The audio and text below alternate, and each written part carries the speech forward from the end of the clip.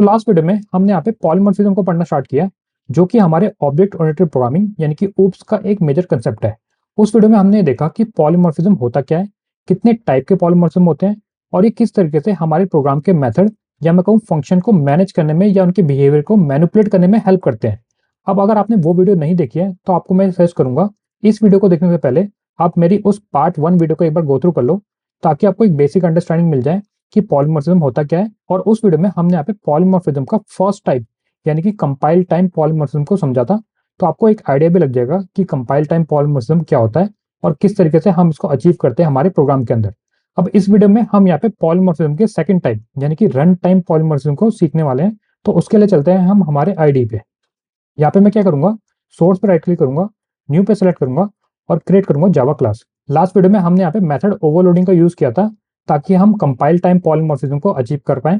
इस वीडियो में हम यहाँ पे मेथड ओवरराइडिंग को यूज करने वाले हैं, तो इसलिए यहाँ पे मैं इस क्लास का नाम देने वाला हूँ method overriding.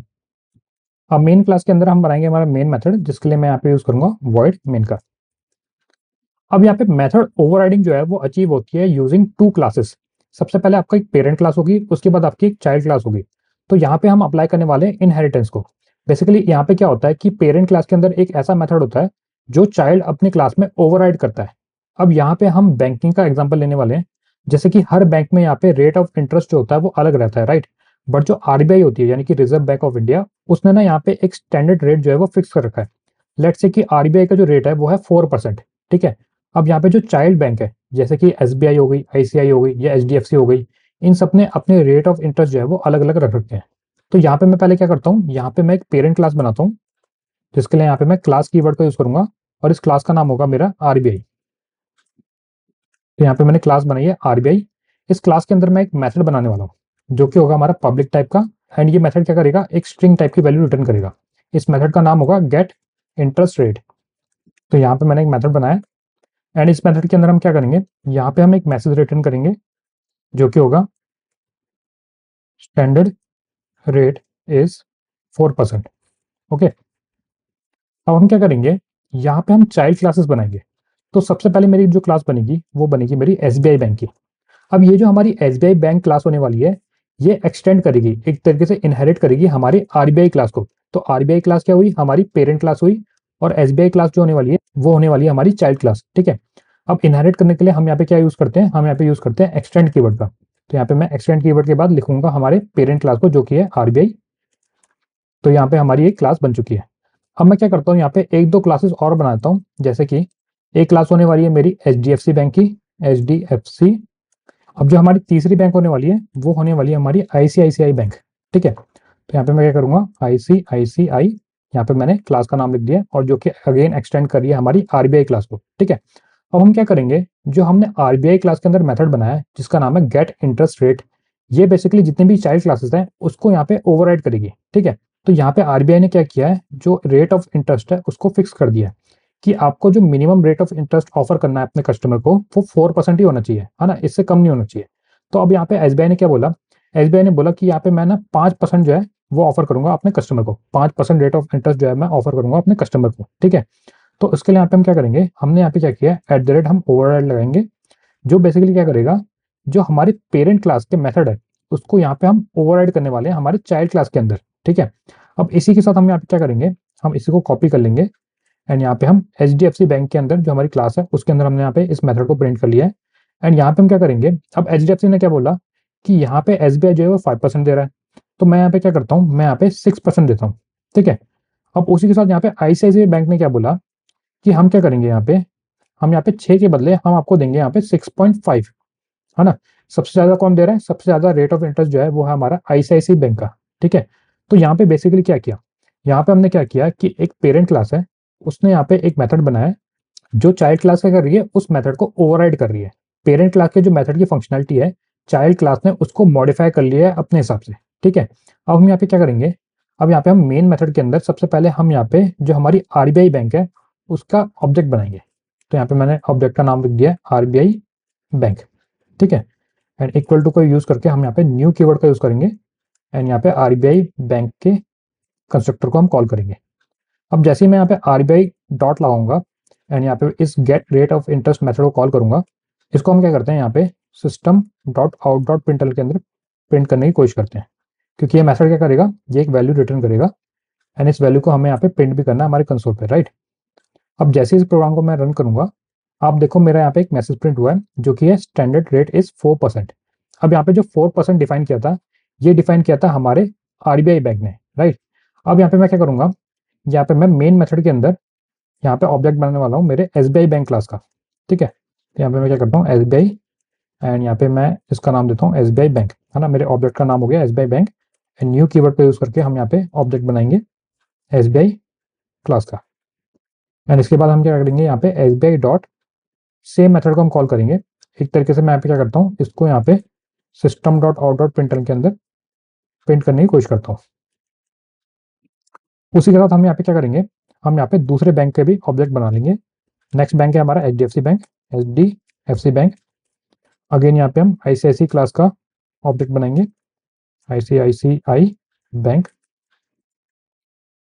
Equal to new ICIC के कंस्ट्रक्टर को हम कॉल करेंगे एंड अगेन यहाँ पे हम क्या करेंगे, सेम मैसेज को प्रिंट करने की कोशिश करेंगे, है ना।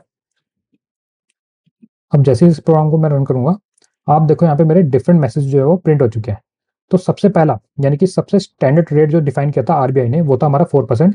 उसके बाद यहाँ पे क्या किया, उसके बाद यहाँ पे एसबीआई बैंक ने बोला कि यहाँ पे मैं जो रेट ऑफ इंटरेस्ट है जो आरबीआई ने रखा है 4%, मैं उसको यहाँ पे ओवरराइड करूंगा, मैं इसको यहाँ पे लोगों को दूंगा 5% रेट ऑफ इंटरेस्ट। हमने यहाँ पे क्या किया, सेम मेथड जो हमारा आरबीआई क्लास के अंदर बना था, हमने यहाँ पे एसबीआई क्लास के अंदर उसको ओवरराइड कर दिया।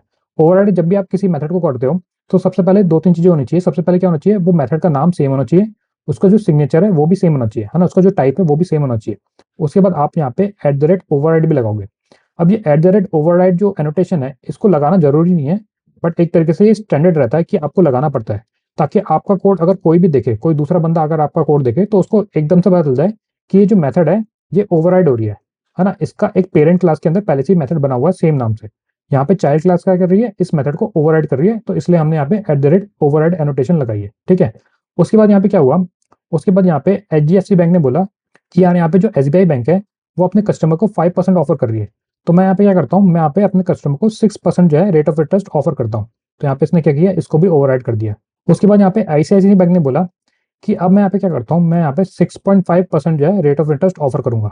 जो आरबीआई बैंक के अंदर हमारा मेथड था जो कि 4% रेट पे था, उसको यहाँ पे आईसीआईसीआई बैंक ने ओवरराइड कर दिया और यहाँ पे इसने ऑफर किया 6.5% ऑफ रेट ऑफ इंटरेस्ट, ठीक है। तो आई होप कि आपको एक बेसिक अंडरस्टैंडिंग मिल गई होगी कि यहाँ पे हमने क्या किया, यहाँ पे हमने एक तरीके से मेथड ओवरराइडिंग करी है। ये हमने कब किया, ये हमने रन टाइम किया है। क्यों, क्योंकि यहाँ पे जब हमने अपने प्रोग्राम को रन किया, तो यहाँ पे जैसे मैंने प्रोग्राम रन किया तो इसने सिस्टम ने क्या किया, ये देखा कि जो मेथड बने हुए हैं इसको ओवरराइड किया गया है ना। पहला मेथड जो है हमारा आरबीआई बैंक का, वो तो हमारी पेरेंट क्लास हुई, है ना। उसके अंदर जो मेथड था वो तो हमारा 4% था, उसको तो ओवरराइड नहीं कर रहे, वो एक तरीके से पेरेंट है। उसके बाद जब हमने चाइल्ड क्लास बनाई, चाइल्ड क्लास का हमने ऑब्जेक्ट बनाया और हमने सेम मेथड को कॉल करने की कोशिश करी, तो यहाँ पे सिस्टम ने देखा कि ये मेथड जो है ओवरराइड हो रहा है। तो इसने क्या किया, यहाँ पे पेरेंट क्लास का जो मेथड है उसको कॉल नहीं किया, उसने जो चाइल्ड क्लास के अंदर ओवरराइड मेथड था उसको कॉल किया और उसके अंदर जो मैसेज था वो हमारे कंसोल पे प्रिंट कर दिया। तो इसलिए हम इसको कहते हैं रन टाइम पॉलीमॉर्फिज्म। तो आई होप कि अब आपको समझ में आ गया होगा कि क्या डिफरेंसेस होते हैं हमारे compile time polymorphism versus run time polymorphism के बीच में। अब आपको मैं एक और एग्जांपल के थ्रू यहाँ पे समझाने की कोशिश करता हूँ। हम यहाँ पे क्या करते हैं, हम यहाँ पे एक दूसरा एग्जांपल लेंगे। मैं सारी क्लासेस को हटा देता हूँ। यहाँ पे मैं क्या करूंगा, एक क्लास बनाऊंगा जिसका नाम होगा एम्प्लॉय, ठीक है। इस क्लास के अंदर एक मेथड होगा जो कि होगा हमारा पब्लिक टाइप का, एंड इस मेथड का नाम होने वाला है यहाँ पे वर्क। तो यहाँ पे हर एम्प्लॉय जो होता है किसी कंपनी का, वो कोई ना कोई काम करता है, राइट। तो जो हमारा स्टैंडर्ड एम्प्लॉय है यानी कि एक पेरेंट है हमारा एम्प्लॉय क्लास, उसका जो काम है वो बेसिकली यहाँ पे हम क्या करेंगे, एक मैसेज रिटर्न करेंगे, वर्किंग आवर्स इज 9 to 5, ठीक है। तो यहाँ पे हमने एक मैसेज रिटर्न किया है हमारे इस वर्क मेथड के अंदर जो कि हमारे एम्प्लॉय क्लास के अंदर बना है। अब इस एम्प्लॉय क्लास को मल्टीपल चाइल्ड क्लास जो है वो इनहेरिट करने वाली है। तो सबसे पहले हमारी जो चाइल्ड क्लास होने वाली है उसका नाम है हमारा सॉफ्टवेयर डेवलपर। यहाँ पे ये क्लास एक्सटेंड करेगी हमारे एम्प्लॉय क्लास को, ठीक है। अब इस क्लास के अंदर जो हमारी सॉफ्टवेयर डेवलपर क्लास है इसके अंदर हम सेम ही मेथड को ओवरराइड करेंगे, एंड यहाँ पे मैं यूज करूंगा ओवरराइड एनोटेशन का। एंड इस बार जो हमारे वर्क मेथड होगा ये बेसिकली रिटर्न करेगा सॉफ्टवेयर डेवलपर के वर्क को। अब डेवलपर क्या करता है, एक तो अपना कोड लिखता है, तो यहाँ पे मैं लिखता हूँ कोडिंग एंड डिबगिंग, है ना, डिबगिंग भी करता है। उसके बाद हम क्या करेंगे, एक और क्लास बनाएंगे जो कि होगी हमारे मैनेजर की, ठीक है, एंड ये भी एक्सटेंड करेगी हमारे एम्प्लॉय क्लास को, राइट। इसके बाद हम यहाँ पे क्या करेंगे, at the rate override annotation का यूज करेंगे एंड यहाँ पे सेम मेथड को हम यहाँ पे ओवरराइड कर लेंगे, जो कि है हमारा वर्क। एंड जो मैनेजर का काम होता है वो होता है मैनेजिंग द एम्प्लॉयज, ठीक है। अब हम क्या करेंगे, हमारे मेन मेथड के अंदर सबसे पहले हम यहाँ पे जो हमारी एम्प्लॉय क्लास है उसका ऑब्जेक्ट बनाएंगे। तो यहाँ पे मैं यूज करूंगा employee, employee equal to new employee का कंस्ट्रक्टर हम कॉल करेंगे। एंड इस एम्प्लॉय क्लास के अंदर ऑब्जेक्ट के थ्रू हम यहाँ पे क्या करेंगे, हमारा जो वर्क मेथड है उसको यहाँ पे कॉल करेंगे। इसको अगेन मैं यहाँ पे प्रिंट करता हूँ using system dot out dot println, and इसको मैं यहाँ पे कट करके इसके अंदर पेस्ट कर देता हूँ। उसके बाद हम यहाँ पे क्या करेंगे, यहाँ पे हम हमारा जो सॉफ्टवेयर डेवलपर क्लास है उसका ऑब्जेक्ट बनाएंगे, ठीक है, equal to new software developer. And इसके अंदर भी हमारे पास सेम मेथड है जो कि हमने क्या किया था, पेरेंट क्लास से ओवरराइड किया था, राइट। इस मेथड का नाम है हमारा वर्क। एंड इसको भी हम यहाँ पे system dot out dot printer के अंदर पेस्ट कर देंगे। एंड यहाँ पे हमारी जो तीसरी क्लास है जो कि है हमारी मैनेजर की है, राइट, इसका भी हम यहाँ पे ऑब्जेक्ट बना लेंगे, सेम मेथड को प्रिंट कर लेंगे, ठीक है। यहाँ पे मैं ऑब्जेक्ट का यूज करूंगा मैनेजर का। अब अगर मैं इस प्रोग्राम को रन करूं तो आप देखो मेरा यहाँ पे आउटपुट आ चुका है। तो जो सबसे पहली मेरी लाइन प्रिंट हुई है वो ये हमारी वर्किंग आवर इज 9 to 5। ये हमारी कहाँ से प्रिंट हुई है, ये हमारी जो एम्प्लॉय क्लास था उसके अंदर जो हमने मेथड बनाया था वर्क, है ना, इस मेथड को हमने यहाँ पे ओवरराइड नहीं किया, राइट। ये हमारा पेरेंट मेथड है। इसके अंदर हमने एक स्टोर किया था मैसेज जो कि जेनरिक है, एक तरीके से सारे एम्प्लॉय में ये लागू होता है ना। वर्किंग आवर क्या है हमारे 9 to 5 है, सॉफ्टवेयर डेवलपर के भी और मैनेजर के भी। फिर यहाँ पे सॉफ्टवेयर डेवलपर ने क्या किया, इस वर्क मेथड को ओवरराइड किया एंड इसको अपने हिसाब से यूज कर लिया। इसने यहाँ पे प्रिंट किया कोडिंग एंड डिबगिंग मैसेज को, ठीक है। उसके बाद यहाँ पे मैनेजर ने भी जो हमारे एम्प्लॉय क्लास का मेथड था वर्क उसको अपने हिसाब से ओवरराइड कर दिया और इसने यहाँ पे प्रिंट किया हमारे मैनेजिंग दी एम्प्लॉय मैसेज को। तो इस प्रोग्राम के अंदर भी हमने यहाँ पे रन टाइम पॉलीमॉर्फिज्म को अप्लाई किया। तो आप इसी प्रोग्राम को प्रैक्टिस करो अपने लैपटॉप और डेस्कटॉप पे। यहाँ पे आप पेरेंट और उसकी कुछ चाइल्ड क्लासेस बनाओ। पेरेंट के अंदर एक ऐसा मेथड बनाओ जो आप चाइल्ड क्लास में ओवरराइड करो, ताकि आपको और अच्छे से समझ में आ जाए कि हमने यहाँ पे रन टाइम पॉलीमॉर्फिज्म को कैसे अप्लाई किया। हमने अप्लाई किया यूजिंग मेथड ओवरराइडिंग। अब मैं मिलता हूँ आपको हमारी जावा की सीरीज की नेक्स्ट वीडियो में। तब तक के लिए कीप कोडिंग।